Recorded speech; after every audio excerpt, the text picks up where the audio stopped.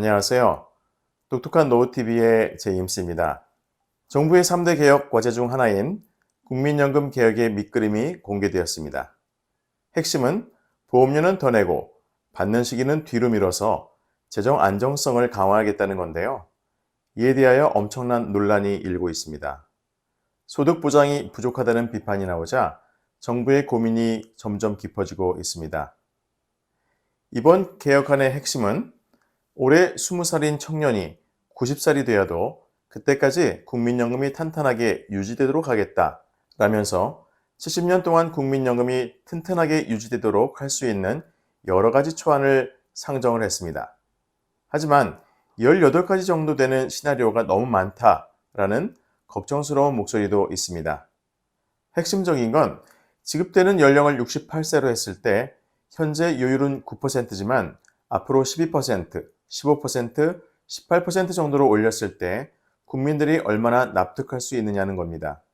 그리고 소득을 각각 200만 원, 300만 원, 400만 원, 500만 원 정도로 가정을 한다면 어느 정도 받아갈 수 있겠느냐, 이런 것들이 쟁점이 될 것으로 보입니다. 정부의 자문기구인 국민연금 재정계산위원회의 김용하 위원장은 국민연금 개혁의 핵심을 이렇게 설명했습니다.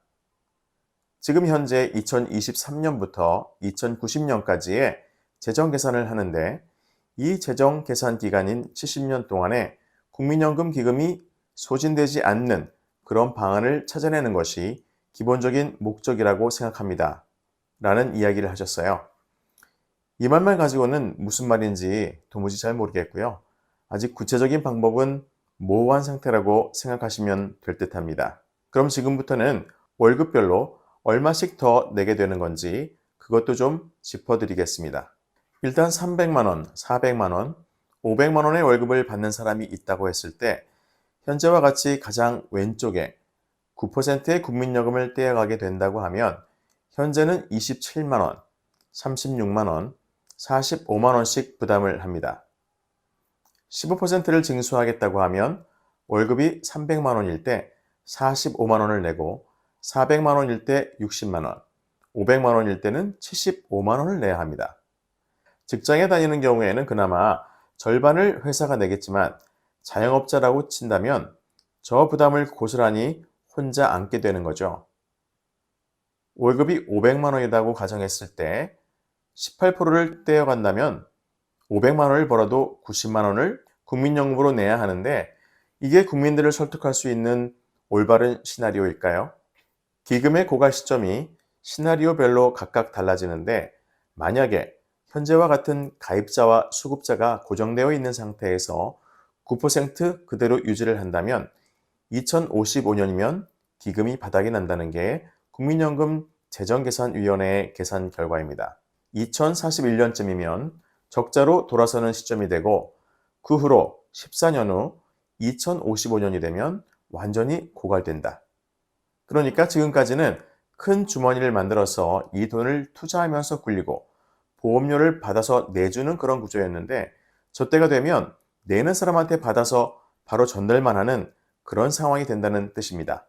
이런 문제는 국민 감소의 영향도 물론 크지만 국민연금 가입자 자체도 급격하게 줄고 있습니다. 예를 들면 작년 5월과 올해 5월을 비교했을 때 7만 명의 가입자가 줄어들고 같은 기간의 수급자는 40만 명 이상 늘었습니다. 이번 국민연금 개혁안 논의 과정에서 재정계산위원회 2명이 사퇴를 하는 일도 있었습니다. 그 이유는 뭐였을까요? 그 의원들께서 제시를 하고 있는 이야기는 바로 이겁니다.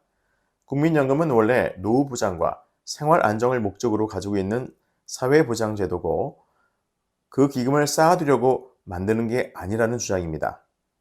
그러니까 장부상으로는 내년이면 1천조 원이 넘어가게 되는데 국민연금은 부자인데 정작 노인들은 가난한 이 상황이 맞느냐 이런 주장이죠. 자, 이 과정에서 경기대학교 주은선 교수의 이야기를 잠깐 말씀드리겠습니다.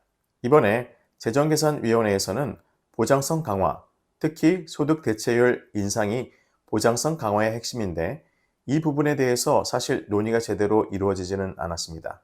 이런 문제의 심각성에 비해서 이 논의 전체가 재정 문제에 심각하게 기울어져 있었고 그러면서 위원회 안에서는 이 소득 대체율 인상이 주요한 의제로 다뤄지지도 못했습니다. 최종 보고서를 작성하는 과정에서 이 보장성 강화론을 중요하게 생각하지 않았다는 것을 보고 나서 사퇴를 했고, 이 보고서에서는 그 내용이 빠지게 된 것입니다. 주은선 교수의 말처럼 소득 대체율이 올해 기준으로 약 42% 정도 되는데, 앞으로 가면 갈수록 40% 수준으로 떨어지게 되고 추후에는 40%도 못 지킬 수 있다는 겁니다. 그런데 이번에 사퇴한 두 위원회 주장하는 바는 뭐냐 하면, 이 정도로 올리고 늦게 받게 하려면 적어도 소득 대체율이 50%는 돼야 한다는 주장입니다. 소득 대체율이라는 게 어떤 말인지를 먼저 설명드리자면, 은퇴 뒤 받는 국민연금이 은퇴 전 소득과 비교해 어느 정도 비율인지를 나타내는 지표로, 월 연금 수령액을 연금 가입 기간의 월 평균 소득으로 나눠서 계산합니다. 다시 말하면 국민연금 가입 기간 중 평균 소득 대비해서 국민연금이 몇 퍼센트 정도를 보장해 줄 수 있느냐인 겁니다. 올해 기준이 42%라고 말씀드렸는데, 이것도 40년을 꽉 채워서 납입한 분에 한해서입니다. 그러니까 20년 납입한 분들은 올해 기준 42%가 아닌 21%인 셈이죠. 실제로 계산을 해보면 20년 동안 월 500만 원씩 평균 수입이 있었다면 500만 원의 42%인 210만 원이 아닌 105만 원이 됩니다. 만약에 30년을 납입했다면 157만 5천 원이 되겠죠. 대부분 그 기간을 채우지 못하기 때문에 실질적으로는 국민연금이 용돈연금이다, 이런 얘기가 있습니다. 현재도 월 수령액이 50만 원이 안 되는 분들이 많은 상황에서 국민연금이 지금도 적은데 오래 내고 늦게 받고 가격은 똑같이 쳐준다? 정말 절망적이 아닐 수가 없겠죠. 일단 논란이 생기자 정부가 재정계산위원회에 소득 대체율을 높이는 방안을 계산해달라고 요청했다고 합니다. 소득 대체율이 원래는 당연히 들어가줘야 하는데, 아마 이번에 정부가 받게 된 2조 원에서는 소득 대체율까지 올리면 결국은 고갈 시점이 달라지지 않기 때문에 프로젝트를 시작할 이유가 없다라는 소리가 나오기도 합니다. 정부의 입장에서는 미래 세대를 설득하지 못하면 이 구조 자체가 무너질 수 있다고 고민한 것으로 보입니다. 이미 초안은 제출이 되었고, 금융연금개혁 논의가 여러 단계의 논의를 거쳐서 10월 안에 국회에 제출을 하게 되어 있습니다. 이것이 일정상